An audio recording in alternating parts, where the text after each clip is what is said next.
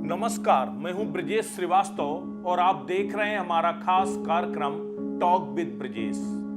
2024 के लिए बसपा सुप्रीमो मायावती ने अपनी तैयारियों को मुकम्मल करना शुरू कर दिया है। लगातार वो स्टेट यूनिट्स की बैठक कर रही हैं, मंडल कोऑर्डिनेटर उन तमाम संगठन से जुड़े हुए कार्यकर्ताओं की बैठक कर रही हैं और उन्हें संदेश दे रही हैं कि 2024 में किस रणनीति के साथ आगे चलना है। सबसे बड़ी बात यह है कि मायावती न सिर्फ बीजेपी, कांग्रेस, समाजवादी पार्टी इन सभी के खिलाफ कार्यकर्ताओं को जागरूक होने का संदेश दे रही हैं।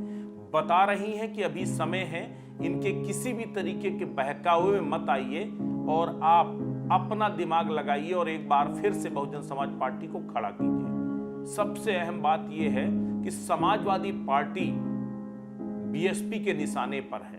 बीएसपी लगातार अखिलेश यादव पर अटैक कर रहे हैं, अखिलेश यादव पर लगातार हमले कर रहे हैं। जिस तरीके से अखिलेश यादव ने पीडीए का एक फार्मूला दिया और अखिलेश यादव को उम्मीद है कि पीडीए के जरिए वो 2024 में बीजेपी को चुनौती दे पाएंगे। दरअसल पीडीए है क्या? पिछड़ा, दलित और अल्पसंख्यकों का वो गठजोड़ बनाने की कोशिश अखिलेश यादव कर रहे हैं। तो अगर उनके साथ पिछड़ा वोट बैंक के साथ साथ दलित और मुस्लिमों का वोट बैंक उनके साथ जुड़ जाता है तो उन्हें कोई नहीं हरा पाएगा। लेकिन अब बसपा सुप्रीमो मायावती उसी पीडीए पर चोट करने पर लगी है। उन्होंने सीधे तौर पर अभी एक ट्वीट किया था। उस ट्वीट के जरिए उन्होंने सीधे तौर पर अखिलेश यादव पर हमला बोलते हुए कहा कि जिस तरीके से समाजवादी पार्टी अखिलेश यादव पीडीए का राग अलाप रहे हैं, पीडीए यानी पिछड़ा, दलित और अल्पसंख्यक का राग अलाप रहे हैं, इन वर्गों के अति कठिन समय में भी केवल तुकबंदी के सिवा वो कुछ और है नहीं। इनके पीडीए का वास्तविक अर्थ है परिवार, दल, अलायंस, जिस स्वार्थ में ये पार्टी सीमित है। इसलिए इन वर्गों के लोग जरूर सावधान रहें। तो सीधी सी बात यह है कि बसपा सुप्रीमो मायावती का एक फरमान कार्यकर्ताओं तक है कि जिस तरीके से समाजवादी पार्टी अब अल्पसंख्यकों को और दलितों को एक साथ लाने की कोशिशों में जुटी है कि अगर ओबीसी वोट बैंक के साथ अल्पसंख्यक और दलित भी जुड़ जाएगा तो समाजवादी पार्टी का काम लग जाएगा। लेकिन सबसे बड़ी बात यह है कि बसपा सुप्रीमो मायावती ने अपनी तरह से अलग रणनीति अख्तियार की है। वो उन सीटों पर फोकस कर रही हैं। उनका लक्ष्य पहले तो जो 10 सीटें वो समाजवादी पार्टी के सहयोग से 2019 में जीत कर आई थी, एक बार उन सीटों पर जीत को बरकरार रखना। इसके साथ ही क्योंकि उन्होंने अकेले चुनाव लड़ने का ऐलान किया है तो अकेले चुनाव लड़ने का ऐलान की वजह से वो 80 सीटों पर अपने प्रत्याशियों को लड़ाएंगी।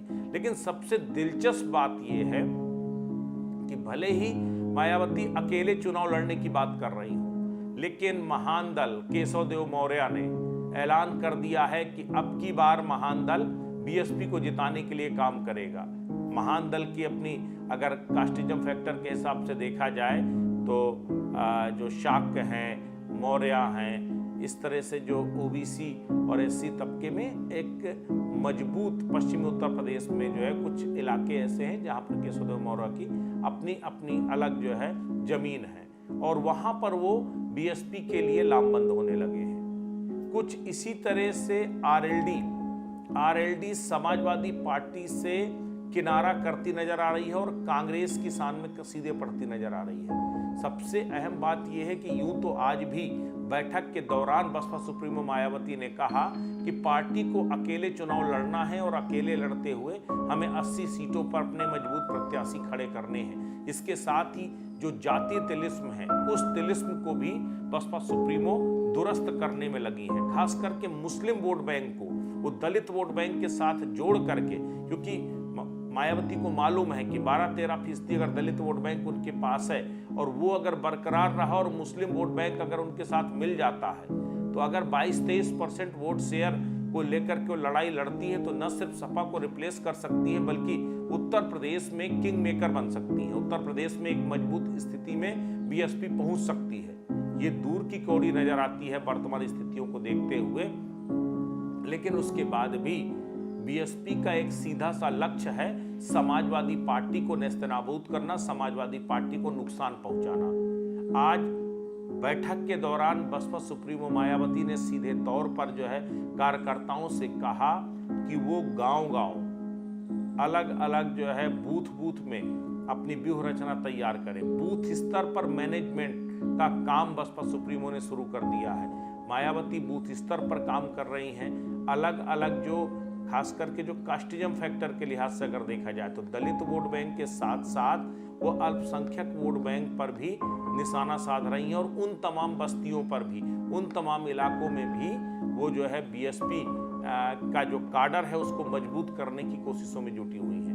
वो सीधे, ये पहली बार है, ये हालिया समय में तो कम से कम जो है ऐसा देखने को नहीं मिला है कि मायावती सीधे कार्यकर्ताओं से रूबरू हो रही हों, तमाम पदाधिकारियों से रूबरू हो रही हों। लेकिन जिस तरह की चाल चलती हुई मायावती दिखाई दे रही हैं, वो बेहद ही उत्तर प्रदेश की राजनीति के लिहाज से बेहद ही मुफीद है बीएसपी के लिए और बीएसपी के अनुकूल भी है, क्योंकि बीएसपी के सामने इस वक्त पोटेंशियल है, इस वक्त संभावनाएं हैं। समाजवादी पार्टी के साथ वो तमाम सहयोगी, ओम प्रकाश राजभर पहले साथ छोड़ चुके थे, केशवदेव मौर्य ने साथ छोड़ दिया, इसके साथ संजय चौहान ने जो साथ छोड़ दिया।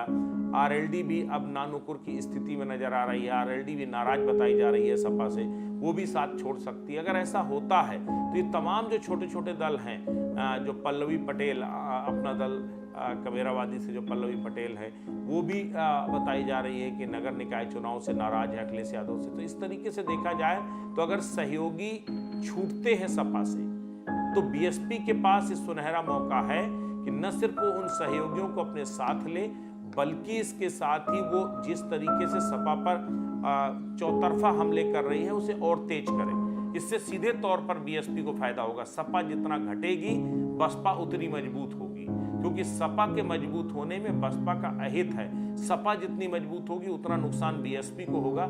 इसीलिए मायावती के निशाने में सबसे ज्यादा दलित पिछड़े को तो गोलबंद करने में लगी हैं, मुस्लिमों को साथ लेने में लगी हैं, लेकिन समाजवादी पार्टी पर निशाना साधने में लगी है। हिंदुत्व की राजनीति को लेकर वो बीजेपी और कांग्रेस दोनों को कटघरे में खड़ा कर रही है, क्योंकि उन्हें अच्छी तरह से मालूम है कि उनका नुकसान कहां हो सकता है। जो दलित, पिछड़ा और अल्पसंख्यकों को साथ लेकर चलने का जो मन मायावती बना रही है, जो प्लान तैयार कर रही है, उस प्लान पर चोट बीजेपी के हिंदुत्व की राजनीति कर सकती है। ऐसे में वो उस राजनीति पर भी कुठाराघात करती नजर आ रही है। तो कुल मिलाकर के अगर देखा जाए तो 2024 के लिए मायावती एक्शन मोड में नजर आ रही हैं, पूरे एक्टिव मोड में नजर आ रही हैं। और बहुत दिनों बाद मायावती का ये रूप देखने को मिला जब वो कार्यकर्ताओं से, पदाधिकारियों के साथ, वो अपनी पार्टी के तमाम संगठन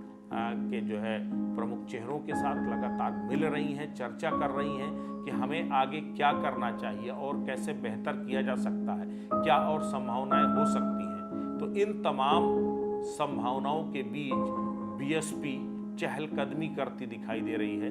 बीएसपी दोबारा पुनर्जीवित होने की कोशिशें करती दिखाई दे रही है। ये समाजवादी पार्टी की उम्मीदों के लिए बड़ा झटका होगा, क्योंकि बीएसपी इस वक्त जितना बढ़ेगी उसका सीधे तौर पर फायदा बीजेपी को मिलेगा।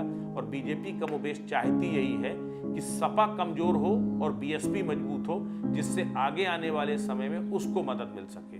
तो उत्तर प्रदेश की सियासत में हर एक राजनीतिक दल अपने अपने तरीके से संगठन और रणनीति तैयार करने में जुटा हुआ है। अब देखना यह है कि बसपा सुप्रीमो मायावती की ये मुहिम कितनी कारगर साबित होती है और जिस पीडीए को जमीन पर उतारने का स्वप्न अखिलेश यादव देख रहे हैं, क्या मायावती अखिलेश यादव के इस स्वप्न पर कुठाराघात कर पाती है या नहीं। नमस्कार।